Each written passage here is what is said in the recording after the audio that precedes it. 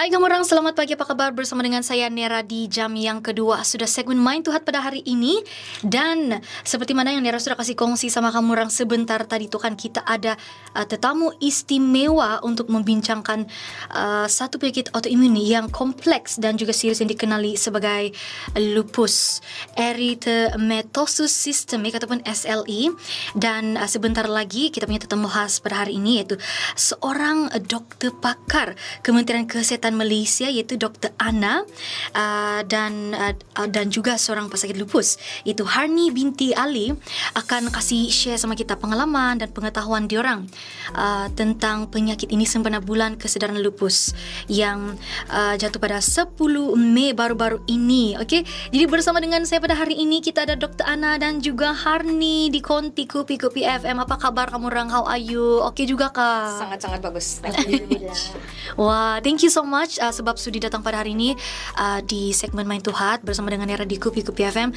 Dan sebenarnya ini adalah first time juga saya interview diorang dengan topik yang sangat-sangat menarik ini, di mana iaitu pemahaman lupus, perspektif doktor dan juga pesakit lupus dalam menyebarkan kesedaran tentang penyakit lupus, di mana penyakit lupus ini kan memang kita tahu jarang orang dengar ini sebenarnya kan, tapi itulah salah satu yang kita kena belajar dan kita kena lebih memahami tentang penyakit ini. Tapi sebelum kita ke topik ini kan, kita mau kenal-kenal dulu, dan kita punya tetamu pada hari ini. Mungkin boleh kita kenal dulu dari Dr. Ana. Mungkin Dr. Ana boleh kasih kenalkan diri. Dr. Ana berkhidmat di Kementerian Kesehatan Malaysia berapa lama sudah? Okay, so nama saya Ana Farazila.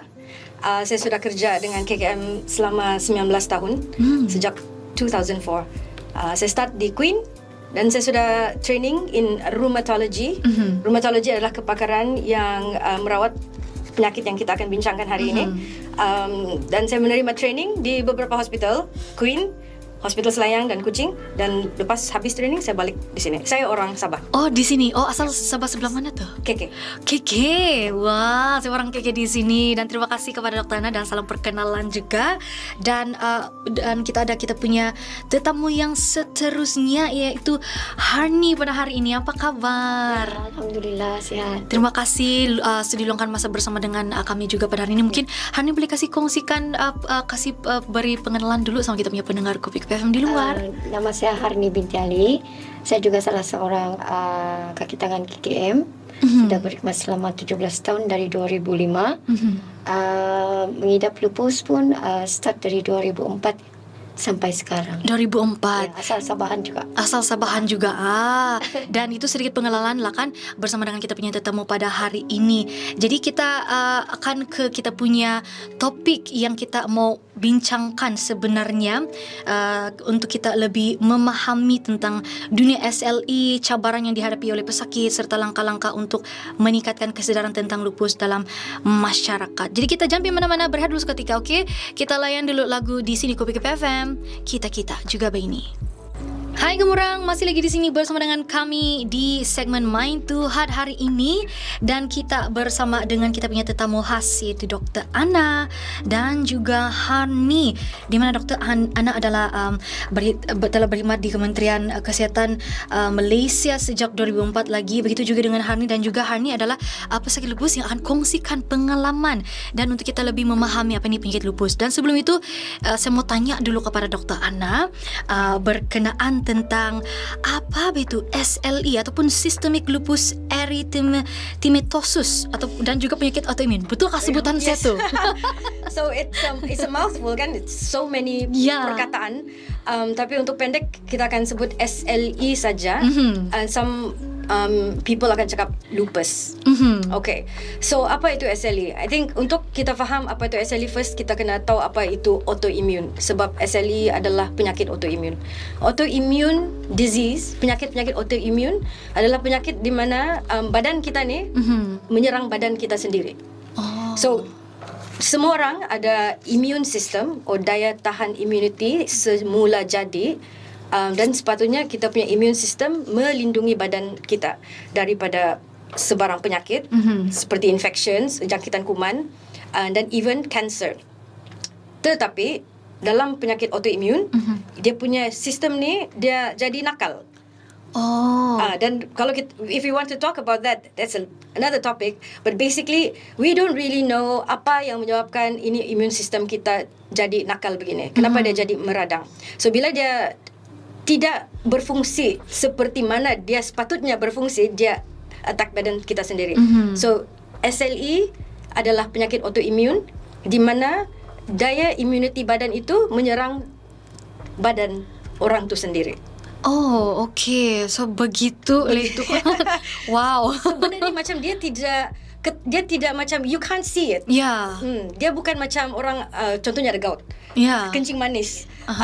Ambil darah boleh tengok gula tinggi. Gout tengok uric acid tinggi begitu. So immune system dia lebih kompleks daripada itu. So orang rasa macam benda ni sangat misterius. Begitu. Jadi, untuk lupus ni kan, siapa yang sebenarnya merawat SLE dan apa itu pakar rheumatology? Betul sebutan satu dokter? Yes. So, rheumatology adalah satu bidang kepakaran perubatan yang merawat penyakit-penyakit autoimun, juga sakit-sakit sendi, tetapi kalau orang cakap sakit sendi, orang akan fikir benda macam orthopedics atau sakit-sakit tulang. Tapi kami tidak merawat dengan pembedahan. So, rawatan kami adalah dengan ubat-ubatan. So, rheumatology merawat pelbagai jenis penyakit autoimun, termasuk SLE, dan ada macam-macam lagi penyakit autoimun yang lain. Dan lupus dan juga penyakit autoimun ini sebenarnya dia adalah berbeza ataupun berbeza. Tapi dasarnya adalah immune system menyerang badan sendiri. Yang nakal tulah begitu. Yes. So itu adalah perkongsian daripada doktor berkenaan tentang SLE dan juga penyakit autoimun. Dan saya mau tanya soalan kepada kita punya tetamu seterusnya, iaitu Harni pula. Mungkin Harni boleh kasih share macam mana Harni tiba-tiba macam sedar ni terdapat masalah, apa simptom yang awal yang membawa kepada diagnosis lupus, macam mana Harni juga menavigasi itu proses diagnostik? Sebenarnya benda tu mula pada 2004. Dia bermula dengan demam. Demam yang memang suhu dia memang tinggi lah. Lepas tu kita pergi hospital, kita on to antibiotik, obat semua kan. And then doktor memang masa tu demam tidak pandai surut, dan badan saya yang saya alami sendiri lah, because different dengan patient yang lain. Saya yang saya alami, badan saya, kulit saya dia macam tentu terbakar, macam like terbakar. And then my jari semua sakit, tidak boleh terlampau gerak. And then same time lah during the demam tu, and then doktor ambil mungkin around 2 minggu, and doktor ambil darah lah, dia hantar pergi lab, kaji, dan baru dapat result yang mengatakan lupus. Masa tu kalau boleh tahu umur Harni masa tu berapa umur? Around 22. Around 22 tahun. And then memang orang bilang the first time saya memang tidak tahu apa tu lupus. Macam yang Nira cakap juga tadi kan. And then saya tanya kawan, tanya doktor, minta kepastian, dan baru fahamlah apa tu lupus. Yang dia memang satu antibody yang sangat nakal. Orang luar akan nampak kita like happy, tapi di dalam tu memang cukup orang sedang fighting di dalam macam tu. Begitu. Masa tu yang Harni dapat first rawatan lah kan. Macam mana Harni bertindak balas dengan itu rawatan masa tu? Adakah? Maksudnya dari yang first saya dapat tu, dan saya ambil ubat semua tu, memang perlukan mental dan hati yang kena kuat lah. Jangan kita, orang bilang jangan terlampau fikirmu kepada yang tidak bagus. Mungkin orang bilang kita reda, and then kita jalani sejalan, makan ubat setiap hari, dengar nasihat doktor, jangan jangan lupa pergi review. Kalau dapat masalah kena kasih tahu doktor, sebab pengidap lupus ni dia tidak sama dengan yang sakit lain. Dia biarpun dia ada lupus, tapi 1% different dengan 1% dia punya keadaan, dan tidak sama. Ya, tidak sama dengan apa yang di dalam badan dia. Biarpun dia ada lupus, and then we are tidak sama, kita different situation. Tidak sama. So kadang-kadang saya tidak mau samakan diri saya dengan pesakit lupus yang lain. Kalau berkenan tentang rawatan lah kan, macam adakah rawatan dengan pesakit-pesakit lain tu dia sama, dokter? Tidak, dia punya basic rawatan adalah sama. Tetapi kita kena tengok patient tu as individuals. So SLE boleh affect all organs. Kulit, dari luar kulit, your brain, your mouth, paru-paru, jantung, kidneys, punya usus, everything. Everything. So depending on mana satu organ yang terlibat, ada jenis-jenis ubat yang akan kita perlu cater to individual patients. So kena dia ada ubat tertentu untuk pesakit-pesakit tertentu lah tu kan. Tapi in general ada regular ubat seperti hydroxychloroquine. So ini memang very famous ubat di kalangan patient SLE. They should know hydroxychloroquine.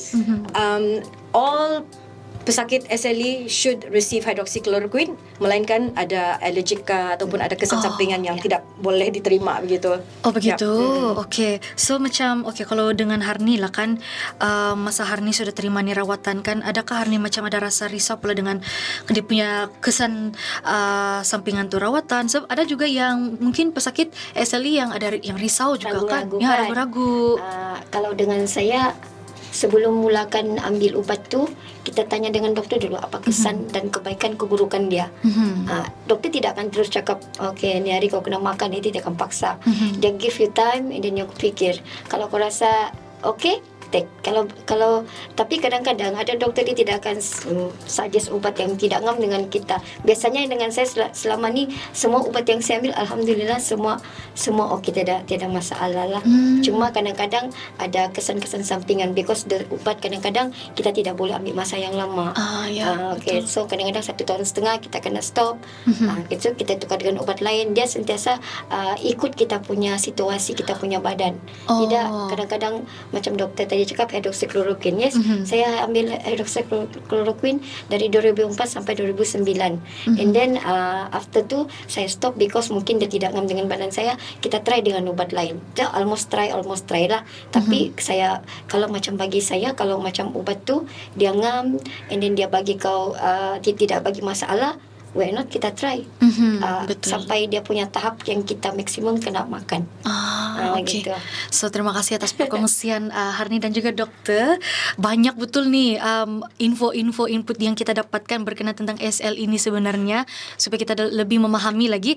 Dan kita berada dulu seketika, jangan pergi mana-mana. Kita layan dulu lagu seterusnya di Kopi-Kopi FM. Kita juga begini. Hai kamu orang, masih lagi di sini bersama dengan Nera di segmen Mind to Heart. Hari ini bersama dengan saya kita ada Dr. Ana dan juga Harni di sini dengan kita punya topik berkenaan tentang pemahaman lupus, perspektif doktor dan juga pesakit lupus dalam menyebarkan kesedaran tentang penyakit lupus. Dan soalnya seterusnya yang saya mau tanya kepada Dr. Ana, macam mana kita mau mengesahkan ini, sesiapa sahaja menghidapi SLE? Okay, so first, diagnosis SLE can be very much delayed because pengalaman even within doctors kan, pengalaman mereka about lupus ni sangat limited. Because rheumatology is, tidak ramai rheumatologist. So orang-orang yang faham tentang SLE pun tidak ramai. So you bayangkan, I'm a rheumatologist yang sudah kena train and I understand lupus, tapi in general healthcare professionals, nurses or doctors yang junior, kadang-kadang mereka tidak dapat tangkap SLE. And symptoms dia sangat vague. Macam Harni start dengan demam. Sometimes orang ada skin rash. And then benda tu pandai datang, pandai hilang. So diagnosis of SLE bermula dengan pemahaman tentang SLE. And then kita kena examine itu patient dengan sangat-sangat teliti. A lot of times patient akan kena discharge balik. After that, apabila dia sudah sakit lama, baru keluarlah tanda-tanda dia yang lagi ketara, yang berhabis begitu kan. Then people start, something's wrong with this patient, and sometimes benda tu berbulan-bulan. So a good assessment, and then after that kita investigate. Maksudnya investigation tu macam mana? Basic one adalah ujian darah. So bila kita ambil ujian darah, kita akan check antibodies. Dan antibody yang paling famous berkaitan dengan SLE is apa yang kita panggil ANA. ANA. Anti-nuclear antibodies. And then kita akan check lah beberapa jenis antibody lain dan apa yang kita panggil test untuk immunology. So itu ada bermacam-macam lagi. Saya tidak mau kasih confuse people.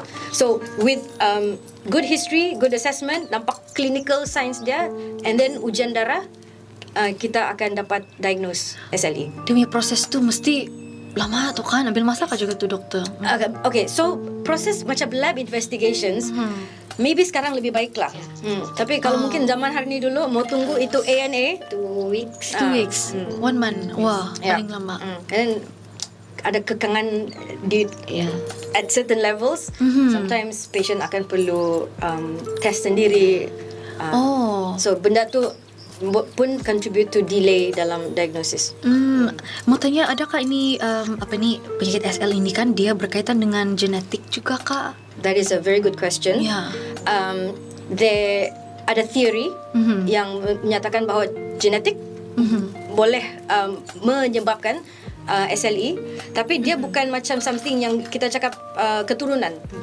So dia bukan macam, if you heard of thalassemia, right? So thalassemia is like a proper gene yang diturunkan kepada tu anak. Tapi SLE dia bukan gene yang begitu, tapi dia mungkin ada unsur-unsur genetik. So maybe saya ada itu genetic risk. Hanya dia tidak kena on. So tidak trigger. So apa itu benda yang kasih trigger dia? Kita tidak tahu. Teorinya adalah mungkin past infections. Dia kamu ada viral infection, padahal innocent viral infection, tapi benda tu membuat sesuatu dalam kita punya immune system, dia kasih switch on. Itu genetik yang diam-diam. Selama ni dia diam-diam, dia just menunggu masa saja mau hidup. Actually everyone ada. So kena ada yang benda yang kasih trigger dia macam tu. Begitu baru dia terus dia menyala, dia hidup begitu. Tapi tidak ada any way of predicting siapa yang akan terkena benda. Sebab itu tes untuk kita cek begitu pun dia sebenarnya tidak kan. I mean if you want to, but it's a bit complicated lah. We don't recommend it juga lah. Betul-betul. Sangat saya rasa proses dia pun banyak lagi kan. And also if you know that you ada itu genetic risk, there's a likelihood you tidak akan dapat SLE pun. So then you just tahulah you ada tu genetic risk. Nanti you just anxious. I have this risk. Tapi kemungkinan besar you're not gonna develop it. Betul. Thank you doktor. Satu orang bilang sharing kan pengetahuan yang betul-betul yang saya rasa luar daripada tidak jarang dengar sharing begini. Sebab sebelumnya kan kalau saya pun saya tahu lupus ini daripada selebriti Hollywood yang famous tu, Selena Gomez. Tidak sangka-sangka yang disebabkan dia ada tu masalah buah pinggang. Dan dari sana lah tahu lupus. Lepas tu saya pun dapat satu sharing daripada one of my friend, dia dengan fitness apa semua, tahu dia share dia ada lupus pula. So macam doktor pun ada mentionkan nampak normal, tapi sebenarnya dalam fighting kan. Begitu. So untuk soalan kepada Harni juga kan, macam mana nih kan lupus memberi kesan lah sama kehidupan Harni, termasuk dari segi fizikal dan juga emosi lah, dan juga mental. Kalau macam saya mula-mula memang orang bilang memang seorang yang mendapat benda ni pun dia akan orang bilang terkejut. And then kena ada kesudahan mental yang terlalu tinggi, because kita tidak mungkin sebab kalau dari segi dia punya pemahaman pun yang saya terima, antibody melawan kita punya antibody macam tu kan. Jadi kita tidak tahu, macam yang doktor yang first saya dapat tu dia terangkan saya mungkin dia akan serang ni, dia serang ni. So dari sana saya kena ready saya punya mental. So apa yang akan jadi lepas ni mungkin sebab dia. Tapi kalau macam bagi saya sudah almost lama sudah kan. So macam benda-benda yang macam tu saya anggap sebagai macam tak apalah, kena kuat semangat saja. Tapi kalau macam saya punya pendapat, kalau macam yang kami lupus ni, selagi kita fikir, selagi benda tu kita fikir, dia tidak ada penghujung. So why not kita take sebagai satu benda yang dia sudah bagi kau, kira anugerah. terima saja, and then hadapi dengan tenang, jangan rusing-rusing. It is your part. So bagi saya, kalau dari segi itu, kalau sudah mental kita set macam tu, insyaAllah hati pun akan ikut juga. Ya, betul. Habis kalau kita banyak-banyak fikir pun nanti benda tu dah jadi. Semua akan stres kan? So kita ikut tenang. Kalau macam biasalah, kalau macam kami ni demam, batuk semua, orang bilang kalau dia demam 1 hari, kami demam 1 minggu, itu biasa bagi kami. Tapi kita kena berjaga-jaga jugalah. Kalau macam jadi begitu, kami akan kasih tahu doktor kami demam. Kena selalu give in touch dengan kita punya doktor lah. So kita tahu kadang-kadang benda ni bukan kita ni kan, kau ingat dia demam, tapi sekali tengok ada virus pula. Lain betul. Cara dia untuk sembuhkan dia, ubat dia lain. Tidak sama dengan orang yang biasa lah. So kalau saya setakat ini, orang bilang gangguan mental tu tidak juga, kadang-kadang ada, cuma orang bilang kita berbalik daripada dululah. Kita sudah dapat ni, tapi kita fikir ada benda lain kita mau fikir, tanpa reda aja. Ya, betul. Macam mana pula kalau dengan support system Harni pula, dari segi dari family, kawan-kawan dan juga profesional penjagaan kesihatan? Kalau macam dari family, diorang faham my situation macam mana. Saya tidak macam yang tahap saya sekarang lah, saya tidak boleh naik tangga yang terlampau rush. Saya tidak boleh buat aktiviti macam panjat bukit semua tu kan.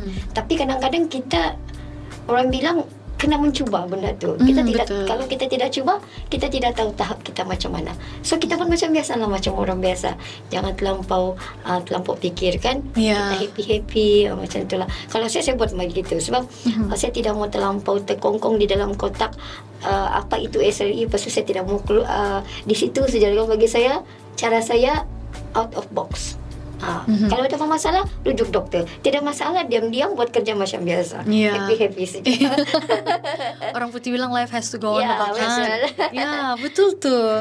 Terima kasih kepada Harni, dan kita rehat dulu seketika. Ada saya mau tanya ini soalan kepada Dr. Ana di Kupi-Kupi FM. Mind to Heart, kita juga Beni. Hai kamu orang, kembali lagi di sini bersama dengan Nera, dan kita di segmen Mind to Heart ada Dr. Ana dan juga kita ada Harni di sini. Thank you so much. Terima kasih banyak-banyak sebab meluangkan masa bersama dengan Nera pada hari ini berkongsi tentang SLE.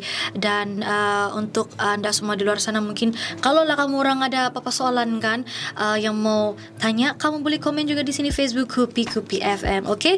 Dan soalan yang saya mau tanya kepada dokter berkenaan tentang SLE ini kan, ada penawar kah untuk SLE? Okay. So jawapan pendek is tiada. Tiada. And it always mengecewakan orang lah. Patients yang ada SLE boleh baikkan jawapan dia is a no. Kita tidak boleh menghilangkan langsung itu SLE. Macam juga orang ada kencing manis ataupun hypertension. Itu penyakit tidak akan lari daripada you punya badan. You punya label SLE itu memang akan kekal sama itu patient. Hanya bezanya is sama ada SLE itu aktif ataupun tidak lah. Oh, aktif ataupun tidak. Yes. So kami as doctors, what we can do is bagi ubat untuk mengawal aktiviti SLE. Of course kita ada term yang kita guna, which is remission. So remission is a condition di mana SLE itu sudah sangat quiet, dia sangat happy dan senyap.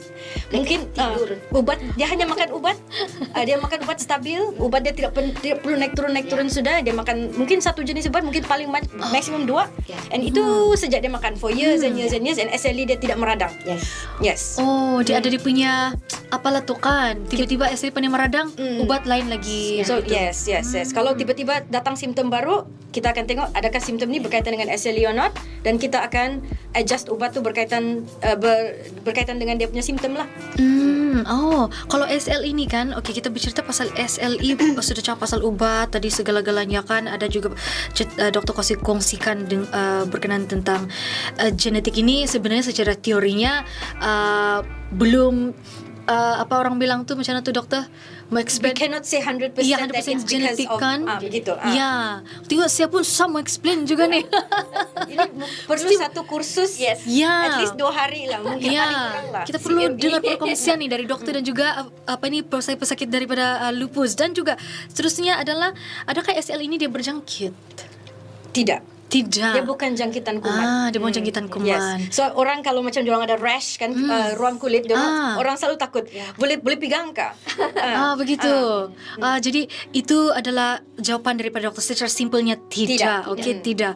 So soalan yang seterusnya lagi ni memandangkan kebanyakan lah kan 90% wanita dikaitkan dengan SLE. Ini pun satu info yang Nera pun baru tahu juga kan. Bolehkah wanita ini menjalani kehidupan normal seperti pregnant, ada anak? Okay. So from doctor perspective, but it's good that you pointed out. Majority of patients adalah wanita. Lelaki pun boleh kena. Ada. Usually wanita muda.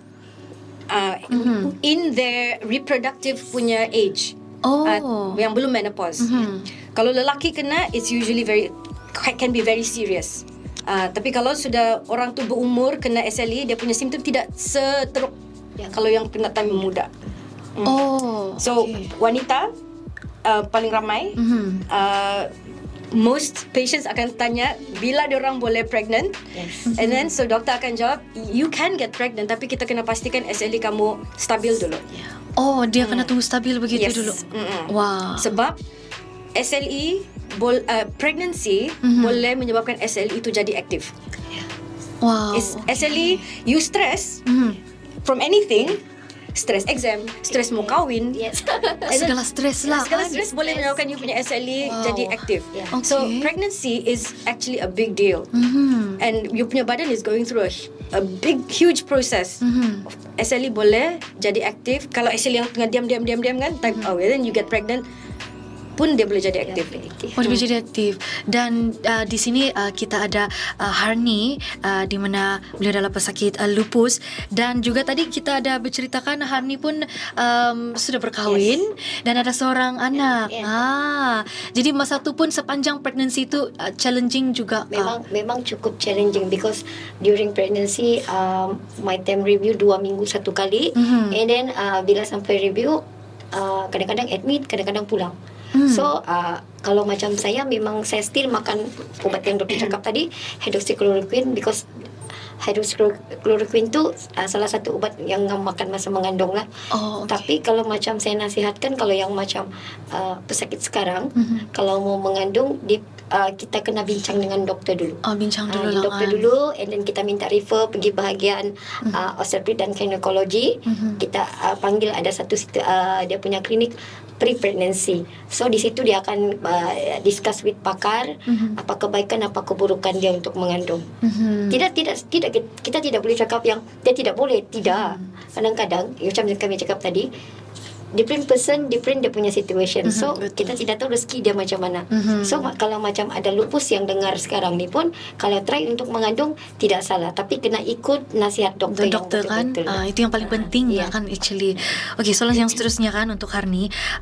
Saya rasa mungkin Harni pun pernah melalui seperti ini. Apa salah tanggapan ataupun mitos lah kan yang pasal lupus yang selalu Harni hadapi daripada society di community kita ni? Biasa cakap buatan orang.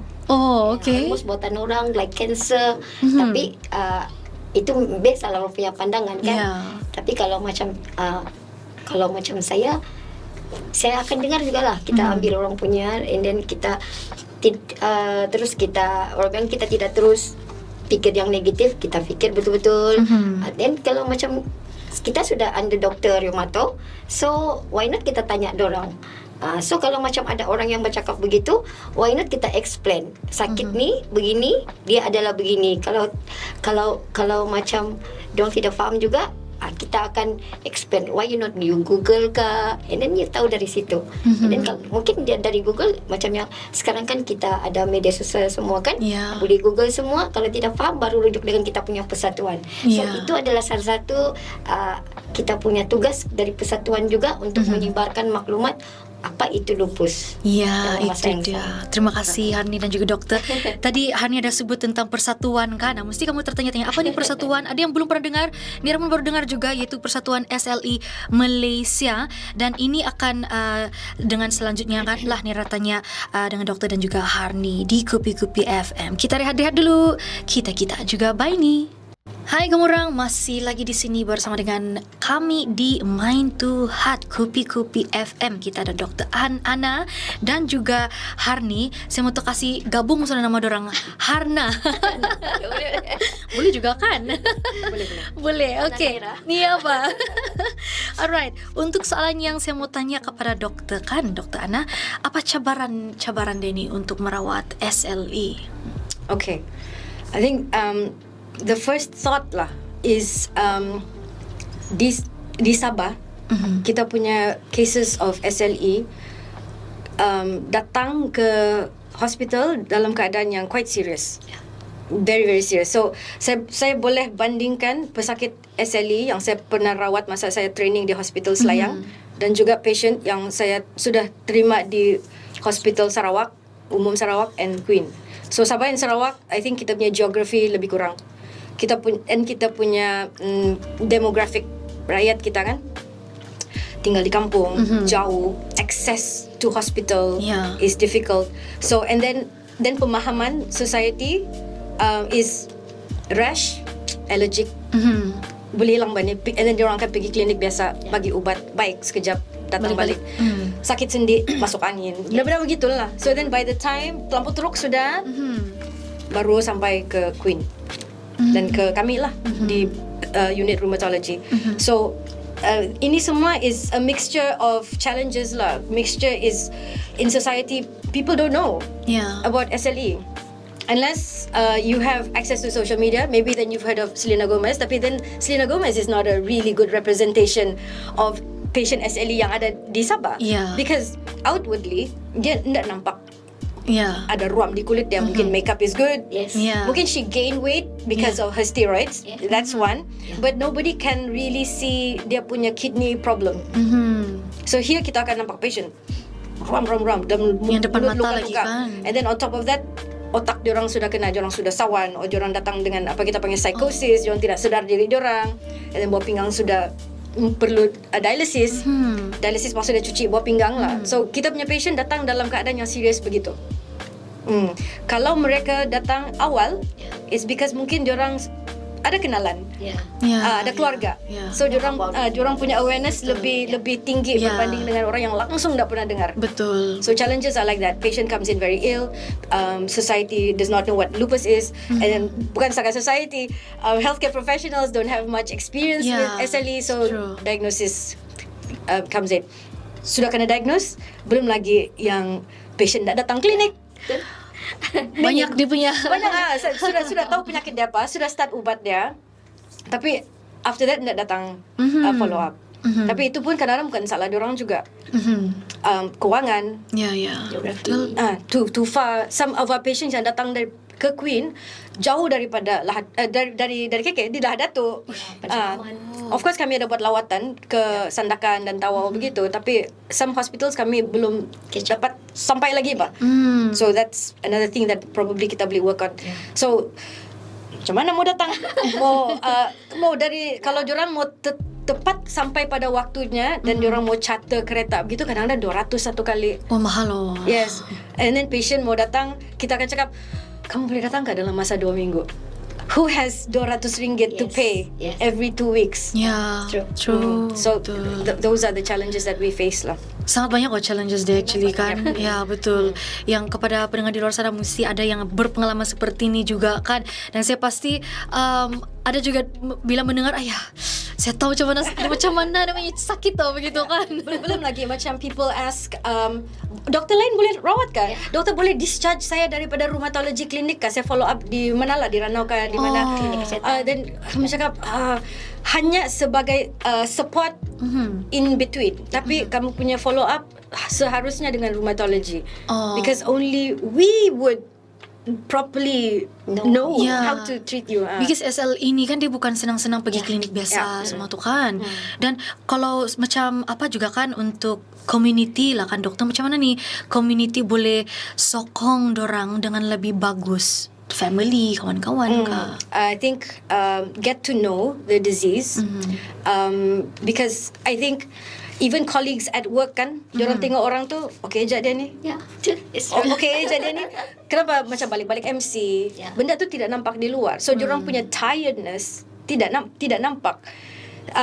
So you have to understand apa tu SLE. How do you want to understand SLE? Mungkin boleh go on Facebook. We have Persatuan SLE punya page, Sabah Rheumatology Center on Instagram and also Facebook. We try to post information about various types of autoimmune diseases. So number one is always to educate yourself lah. And then you can also be ahli Persatuan SLE Malaysia. You don't have to be a patient. You can just be anyone and support Persatuan SLE. Persatuan SLE is a really, really good association, I feel. Because diorang akan bantu our patients in many, many ways, including monetary lah. Okay, thank you so much doktor untuk perkongsian itu. Dan dorang pun sudah sebut balik-balik tentang Persatuan SLE Malaysia ini kan. Mungkin hari ni boleh kasih share tentang apa ni Persatuan SLE Malaysia, apa misi persatuan ini sebenarnya, dan bilakah ini persatuan ditubuhkan? Sebenarnya Persatuan SLE ini yang asalnya dia bermula di Sandakan. Sandakan kita punya pelopor dia, Mesjid lah. So I think around 2007 like that, and then lepas tu baru dorang bawa ke kita punya main center in Sabah, ke Kota Kinabalu, and then dari situ kita bergabung dengan doktor-doktor, and then kita during the I think during the clinic kita akan perkenalkan apa itu persatuan. Kita akan bagi tahu dengan patient yang we have a persatuan. So diorang tidak terkapai-kapai macam kita di mana untuk tanya ni semua. So kalau dia under dengan kita, diorang ada berdaftar dengan persatuan, and then kita akan tolonglah macam melalui kalau dia review, kita banyaklah benefit yang kita bagi. Tapi misi kita sebenarnya kalau boleh Sabah Malaysia ni tahu what is lupus, dan daripada persatuan pun kita sentiasa ada membuat program-program like talk, pameran, jualan, and then this is one of the kita punya promosi jugalah untuk memperkenalkan apa itu Persatuan SLE Sabah Chapter. So dari sini juga mungkin ada yang dengar. So kalau macam ada yang dengar yang mau jadi ahli persatuan, jangan malu dengan segan, datang pergi Hospital Queen ataupun tanya dorang di mana rheumato, and then daftar. Sebab banyak benefit yang kita dapat. Dia sebenarnya dia pesakit, tapi kita tidak tahu. Kadang-kadang dia daftar, and then sebelah rumah kita tidak tahu sakit macam mana. So dia cakap dia sudah tahu macam mana dia ciri-ciri itu lupus, and then mungkin dia boleh okay macam ni kena jumpa doktor, I think dia like ni. So dia salah satu orang bilang tidak secara besar, tapi dia sikit-sikit memperkenalkan dengan orang awam lah. Itu sebenarnya Persatuan SLE mau. Dia memperkenalkan dengan orang awam apa itu lupus, dan menolong pesakit lupus dari segi yang kita mampu lah. Kita ada persatuan juga. Kadang-kadang kita bantu daripada psikologi, dengan keuangan, apa yang kita mampu lah. Tapi bagi saya yang saya sudah join dengan persatuan, orang bilang kita tidak bergantung dengan sendiri. Macam saya kalau ada apa-apa saya rujuk dengan persatuan ini, dong boleh tolong kita anything. Jangan fikir yang kita ada. Kadang-kadang orang lupus ni dia punya macam dia stres kan. Dia cakap tiada lah kawan saya macam ni. I think you get a bit lonely lah. Am I the only one with this disease? So kalau dia ada persatuan ni, kita ada WhatsApp group. So anything, kalau dia marah kah, dia orang bilang rasa emosi apa-apa kan, share je lah di WhatsApp. So kita dengar, kita sentiasa dengar, and then bila kita tahu dia ada masalah, we will be personal. tanya dia apa masalah. So dari situ kita tidak biarkan orang sendirian. Banyak benefit sebenarnya persatuan, memang banyak benefit dia. Jadi kalau bagi Harni lah kan, sebagai pesakit, macam mana nih persatuan SL ini kan membantu Harni secara pribadi lah? Kalau macam saya dulu mula-mula saya masuk, I think 2019 kot. 2019. Saya baru masa tu kita ada program Wakapayung. Wakapayung. And then kawan-kawan yang share, and then dia bagi tahulah kebaikan apa semua, and then saya masuk persatuan. So until now banyak perubahan, banyak benefit yang saya dapat. Baru saya realize yang dalam persatuan orang bilang tidak macam yang saya tidak pernah masuk persatuan yang lain. Cuma kalau macam ada masalah, just PM kita punya doktor, ini diorang akan selesaikan masalah kita lah. Macam yang ubat tidak ngam ke, macam tu saya dah muntah-muntah ke, macam tu diorang akan direct suruh kita datang, kita review. At least kalau macam dia jauh pun, contohnya dia di tempat pendalaman pun, kita masih ada WhatsApp group, mungkin doktor kita boleh berconnect dengan doktor di hospital yang terdekat dengan pesakit, kita boleh kasih selesai dari situ. So diorang tidak, orang bilang seluruh mana-mana kita boleh tolong. Jadi kalau ada masalah macam keuangan semua tu, kita boleh tolong mana kita termampu. Betul. Ya. Jangan lupa kawan-kawan, thank you so much Harni dan juga doktor. Banyak betul dia punya benefit ni kan, macam yang apa yang telah dikongsikan oleh doktor dan juga Harni sebentar tadi tentang persatuan SLI Malaysia, di mana bukan saja pesakit yang boleh join ini, persatuan yang bukan pesakit pun boleh join untuk support, share awareness, untuk lebih kita dapat lebih knowledge tentang di persatuan kan. Mana tahu satu hari nanti kita boleh membantu juga orang-orang lain di luar sana kan. Ya, dan kita dulu seketika, kita akan bersama dengan kita punya tetamu khas sebentar lagi di sini Kopi FM. Kita juga begini. Masih lagi di sini bersama dengan Nera, dan terima kasih kamu orang yang setia di sini bersama dengan kami. Kita ada Dr. Ana dan juga Harni di segmen Mind to Heart, dan dorang sudah kasih kongsikan berkenaan tentang SLE, okey, dan juga penyakit autoimun, dan sebenarnya banyak input yang sudah kita dapat pada hari ini, okey. Jadi dorang juga telah kongsikan berkenaan tentang persatuan SLE Malaysia dan juga apa misi persatuan ini, dan seterusnya. Saya mau tanya kepada kita punya tetamu pada hari ini, iaitu Harni, apa nasihat kepada mereka lah kan yang menganggap mereka mungkin menghidap SLE dan yang menghidap SLE ini, Harni?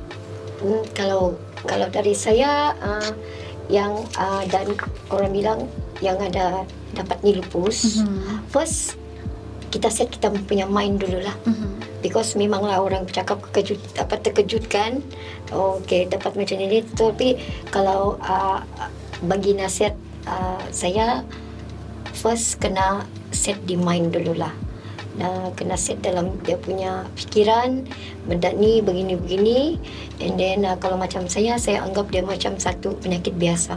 Because kalau saya fikir dia macam kanser, macam penyakit yang tidak boleh sembuh, dia akan macam, bagi saya dia tambah macam menyempitkan, tidak boleh berfikir. Tapi kalau saya tak apa, sakit begini, okey begini cara dia.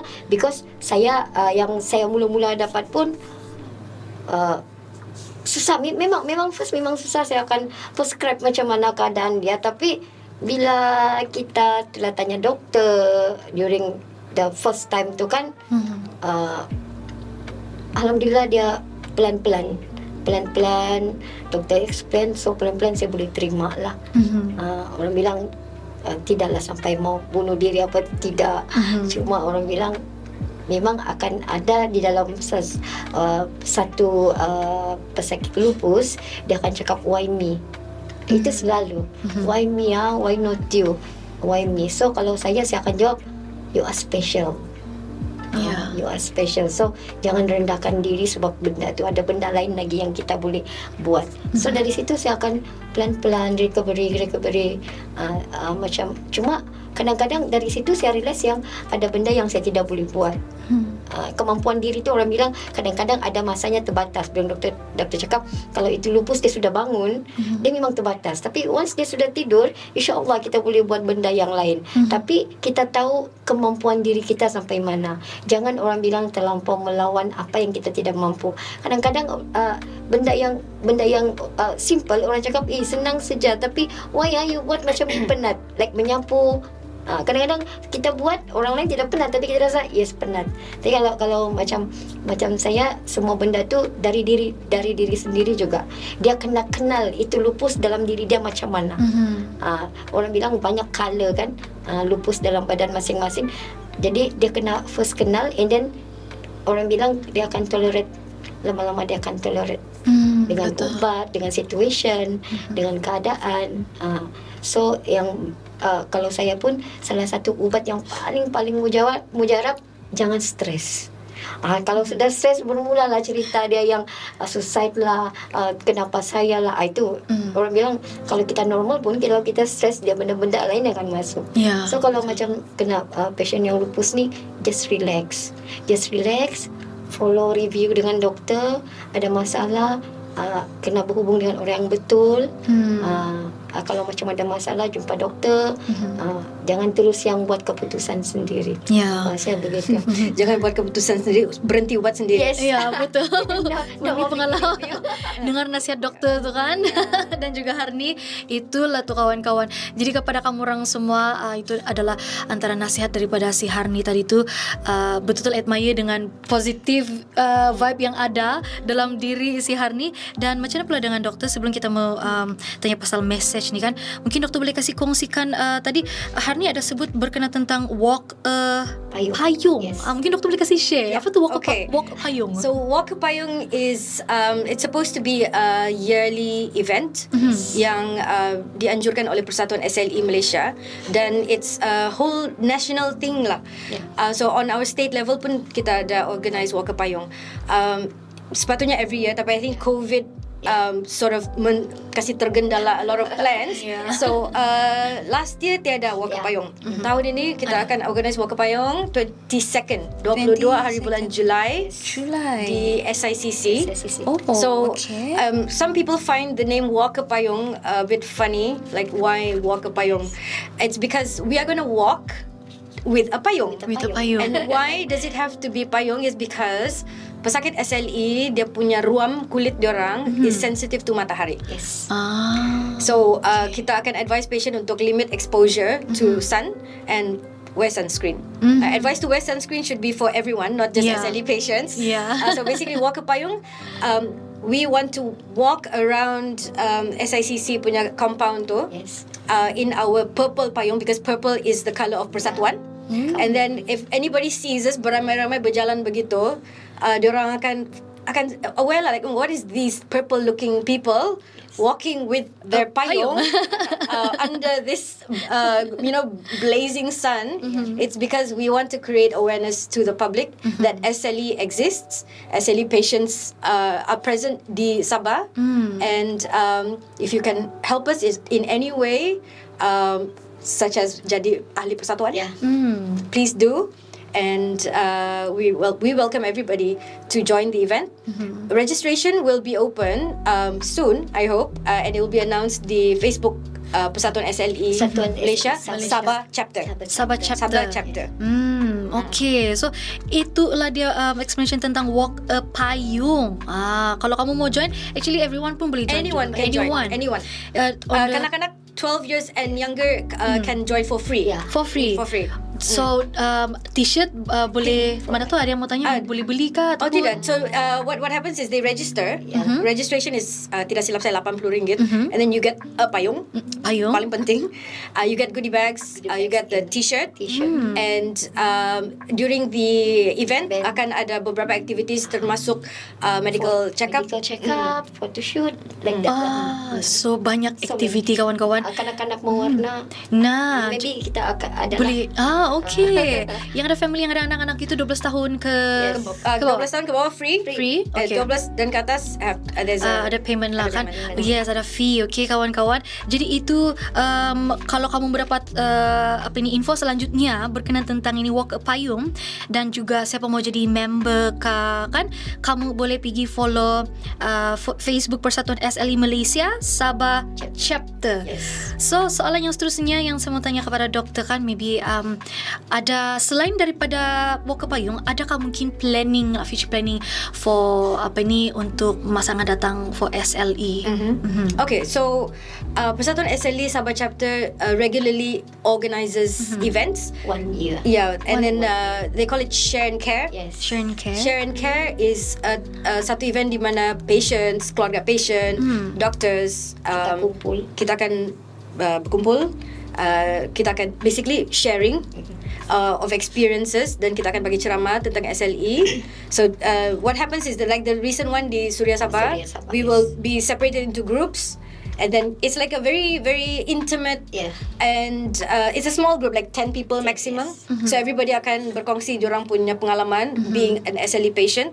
Because like we said earlier, it tends to get very lonely. It's a very rare disease. People don't know about it. Family tidak tahu, kawan-kawan tidak tahu. And then when you finally meet other SLE patients kan, you say, oh okay, I am really not alone. And then you will see lah orang kan, saya pun begitu, hari tu pun saya pun macam ini. Begitu. And then everybody will tell each other how they overcome diorang punya mental obstacles dealing with SLE. I can't say because I'm from doctor perspective, tapi patient akan faham other patients. So but one thing is that patients should never compare themselves dengan patient lain. Pengalaman masing-masing is each one punya individual experience lah. Different. Macam pengalaman saya, macam doktor cakap tadi, kita kumpul 10 orang, kan kita dengar semua cerita diorang, dan ada yang sama, ada yang tidak, dan dari situ diorang akan diorang akan kumpul kekuatan. Oh macam tu, kau lagi begini, so maknanya saya lagi bagus daripada kau, so gini, so dia give in touch. Dia tidak rasa yang rupanya selama ni saya satu orang, tidak, saya ada kawan. So dia akan lebih happy. So emosi tu lebih, orang bilang akan stabil, so happy, dia tidak fikir yang dia lonely. Betul. Ya itu sebab kadang-kadang kalau rasa kesorangan tu kan yang kita tidak mau lah actually kan.